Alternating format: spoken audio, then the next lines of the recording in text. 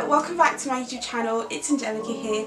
If you're new, then come in, have a seat. I have several seats, and if you're not new, thank you for having me once again all up on your screen. 6 unpopular truths about law school, things they don't really tell you, but you might have a vague idea, but no one's really told you the nitty-gritties. It's a lot of reading. It's an unrealistic amount of reading, especially if you're doing undergrad. Oh my god, studying at LSE, the reading list is designed for you to not finish it. They will give you essential reading and they will give you further readings, and then you really can have further readings, like just for background, you know, just if you have spare time, if you just want to read a 100-page article. It's like they forget that there are so many other like modules. Like, I'm not just studying criminal law, I'm not just studying this module, I have like 5 other modules to focus on. You learn how to read really quickly. I had to go to a class to learn how to read. They taught me that Control F is my best friend. No one reads the whole article, no one reads the whole book. Anyone that tells you they do is a liar. They don't do that. They look for the most relevant bits. Some subjects are very dry. I'm sorry, I'm gonna trigger a few people who absolutely love EU law, but no, that wasn't my friend. Me and EU law weren't really on good terms for like the whole year. There are some subjects that you love. There are some black letter courses, and then there are some wishy-washy courses. I like having a middle ground, so contract law is very much black letter law. It's all about legislation, but criminal law is a bit of both. It's opinions, it's policy arguments. You learn it in the context of the world and what's going on. The medical law is one that's got like a really good balance as well between ethics and a bit of philosophy and science, but also legislation, law and code of practices. A course like public international law is all the way it's all the way on the right, on the left, whatever it's called. It is on the other side of the spectrum. Public international law is wishy-washy. It's basically international relations from the legal perspective. It's international legal relations. You will not be learning any law because you realize that no one knows what's going on in the world, and countries do whatever the hell they want to do, and there is no ethics. They tell you there's law, but there's some countries that are always breaking the law, always breaking the UN regulation. No tea, no shade. If you want a structured course, that's not something you should study. You're learning about what's going on at the same time. So like, I was learning about Brexit in public international law. So there are dry subjects and there are very interesting subjects, and it depends on you what you're gonna like. You hardly get to argue. I know it's gonna sound so upsetting to a lot of you that loved looking for trouble. I was upset.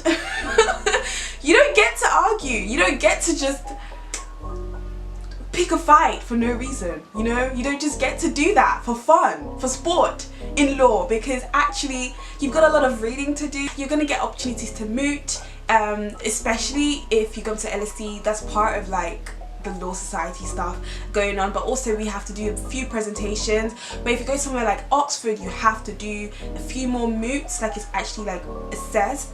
So yeah, there's some universities that are really good for that, but yeah, you don't really get to argue that much. You mostly debate like laws. You debate, oh, why do you think the rationale for this was, what's the problem of doing things this way. You're not debating topics. Should capital punishment be a thing? That's not what you're going to be debating in law. I'm sorry to break it to you. I'm sorry to break it to you. That's not what you're going to be doing. That's just not what you're going to be doing. Explaining things is really hard in law. You might know what's going on in your head, but actually you need to be able to get it across in a concise manner. A lot of time when we read articles and books, these guys say the same thing like 10 times. I swear they say it in different ways. Even in my property law lecture, this guy would literally say, the sky is blue.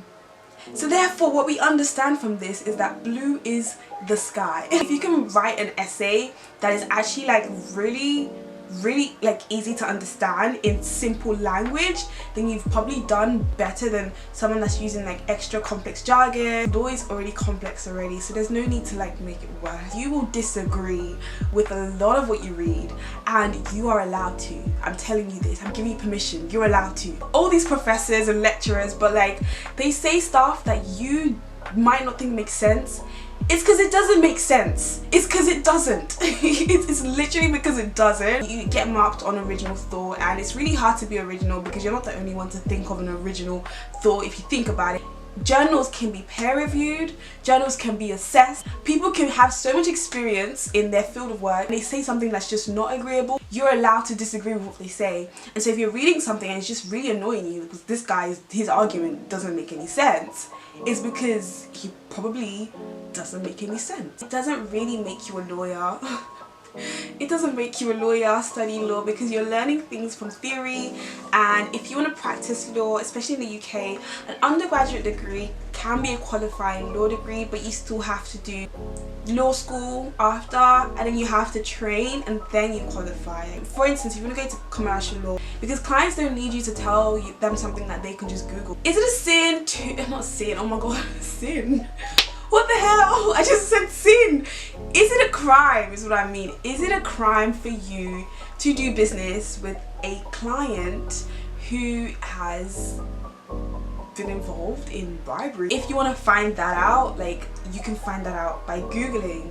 But if you want to know like the answer to a very complex commercial situation and guidance through an entire project, that's something a commercial lawyer would be really good at doing, but you don't really learn these skills in law school.